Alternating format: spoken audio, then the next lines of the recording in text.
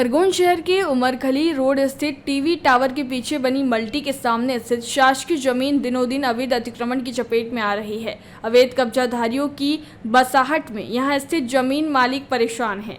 इसकी शिकायत जनसुनवाई में भी पहुंची है। क्षेत्र के राहुल खोड़े ने बताया कि वह विश्व सखा कॉलोनी निवासी होकर वन विभाग गोडाउन के सामने उनकी कृषि भूमि के साथ ही व्यावसायिक जमीन है। इस जमीन के सामने पीएम आवास मल्टी निर्माण के दौरान चौकीदार रखा गया था, जिसमें झोपड़ी बनाई थी। अब मल्टी बनने के बाद भी न तो चौकीदार झोपड़ी हटा रहे हैं और न ही नपा कोई कार्यवाही कर रही है। इस झोपड़ी के साथ धीरे धीरे अन्य लोग भी झोपड़ियां बनाकर कब्जा कर रहे हैं। कई लोगों ने मवेशी बांधने के साथ ही कूड़ा करकट डालकर जमीन पर कब्जा किया है।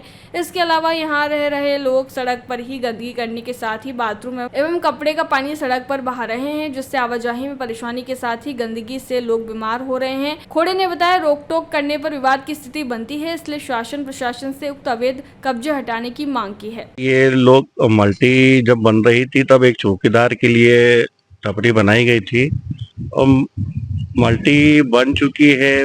उसको बने हुए 2 साल हो चुके हैं। उसके बाद में उनको मिल भी गई है, मल्टी में लोगों रहने भी आ गए हैं। तो अब वो वहाँ पे चौकीदार का कोई काम नहीं है और वो एक व्यक्ति का था। उसको धीरे धीरे इन्होंने 2 से 3 4 झोपड़ियां बना ली है और आज अब वो गाय ढोर भी पालने लग गए हैं। वहीं गाय का कचरा गोबर सब वहीं पे डाल रहे हैं और उनके बच्चे और ये वहीं पे गंदगी कर रहे हैं और कपड़े धोना ये करना ये सब रोड पर ही कर रहे हैं, जिससे हमको आने जाने में तकलीफ होती है। और वहीं पे सामने मेरी डाइवर्टेड लैंड है और वहाँ पर गोडाउन में फैक्ट्री भी चल रही है।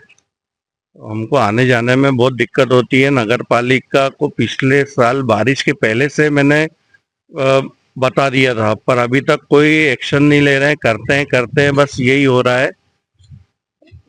और उसके बाद में मैंने कलेक्टर मैडम को भी जन सुनवाई में मैं जाकर 4 महीने पहले से दे आया हूं, पर उसके बावजूद भी अभी तक कुछ कार्रवाई हो नहीं रही है। क्या मांग करते हैं?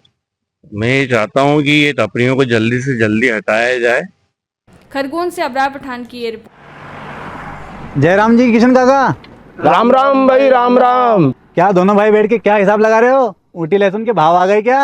अरे नहीं रे दादा, ये अपना रमेश नया मकान बनाने के लिए लोन ले रहा है। हिसाब किया तो पता चला कि लोन का पैसा तो ईंट और रेती में ही पूरा हो जाएगा। और अभी तो सीमेंट लानी है, सलिया लाना है और तो ठेकेदार को भी पैसे देने हैं। मेरे तो कुछ समझ में ही नहीं आ रहा कि कैसे बनेगा मेरा नया मकान। अरे किशन काका, कहाँ इन रेत सीमेंट और लाल ईंटों के चक्कर में पड़ रहे हो? मेरी बात मानो तो अपने घर को बाबजी एएसी ब्लॉक से बनवाओ। इसमें ना सीमेंट और रेत की जरूरत होती है, ना ही तराई करने की झंझट। और लाल ईंटों के मुकाबले आपका मकान काफी तेजी से बनकर तैयार हो जाएगा। इससे आपके पैसे तो बचेंगे ही, साथ ही मजबूती ऐसी कि सालों साल देखने की जरूरत नहीं। और इससे आप अपना मकान ही नहीं, कुएं और खेत की बाउंड्री वॉल भी बनवा सकते हो, जिससे रोजड़ों की समस्या भी खत्म हो जाएगी। वाह भाई, ये तो कमाल की चीज है। फिर तो मैं अपना घर बाबजी ब्लॉक से ही बनवाऊंगा और मैं अपने खेत की बाउंड्री वाल।